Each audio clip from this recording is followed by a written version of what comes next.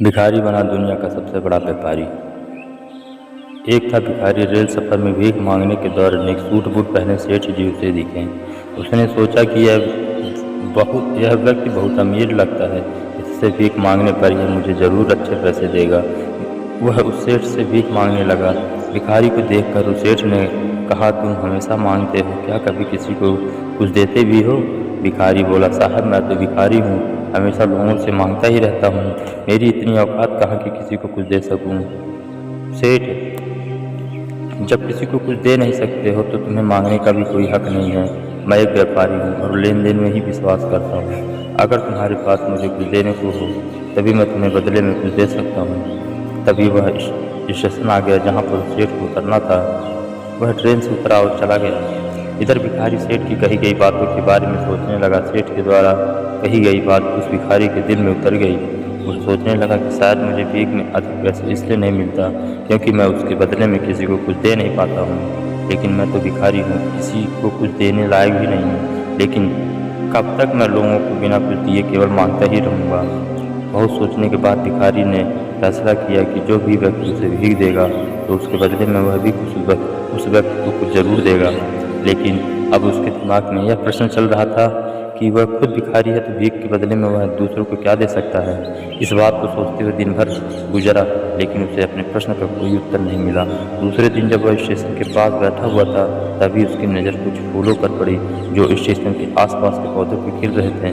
तो सोचा, क्यों ना मैं लोगों को भीख के बदले में कुछ फूल दिया करूं। उसको अपना यह विचार अच्छा लगा।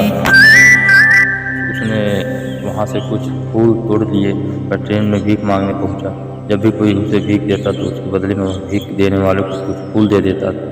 उन फूलों को लोग खुश होकर अपने पास रख लेते। अब भिखारी रोज फूल तोड़ता और भीख के बदले में उन फूलों को लोगों में बांट देता था।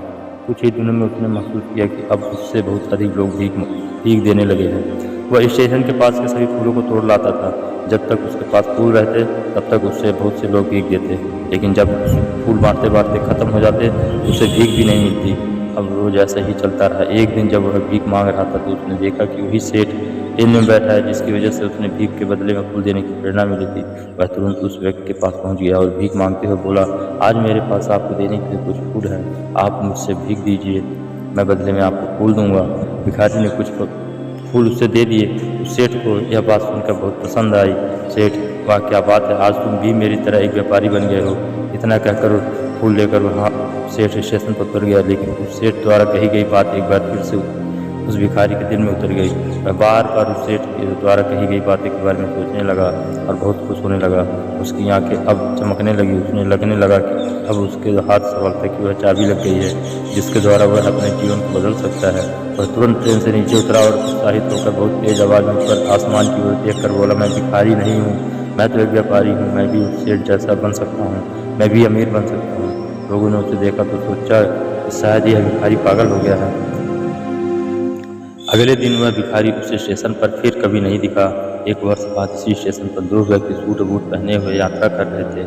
दोनों ने एक दूसरे को देखा तो उनमें से एक ने दूसरे को हाथ जोड़कर प्रणाम किया और कहा, क्या आपने पहचाना? सेठ बोला, नहीं।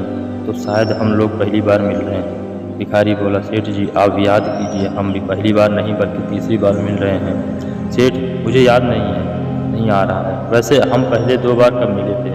अब पहला व्यक्ति मुस्कुराया और बोला, हम पहले भी 2 बार इसी ट्रेन में मिले थे। मैं वही भिखारी हूँ जिसको आपने पहली मुलाकात में बताया कि मुझे जीवन में क्या करना चाहिए और दूसरी मुलाकात में बताया कि मैं वास्तव में कौन हूँ।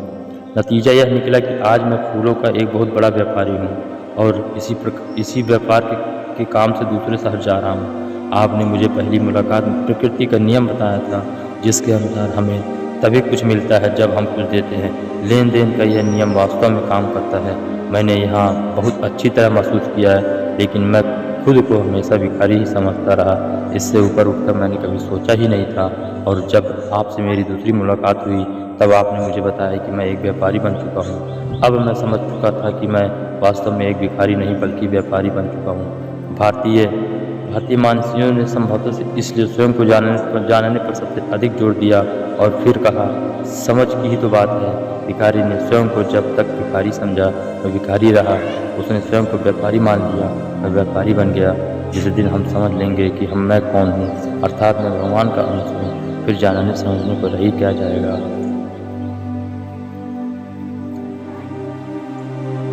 थैंक यू दोस्तों। अगर ये हमारी स्टोरी आपको अच्छी लगे तो like and subscribe and comment ज़रूर करें।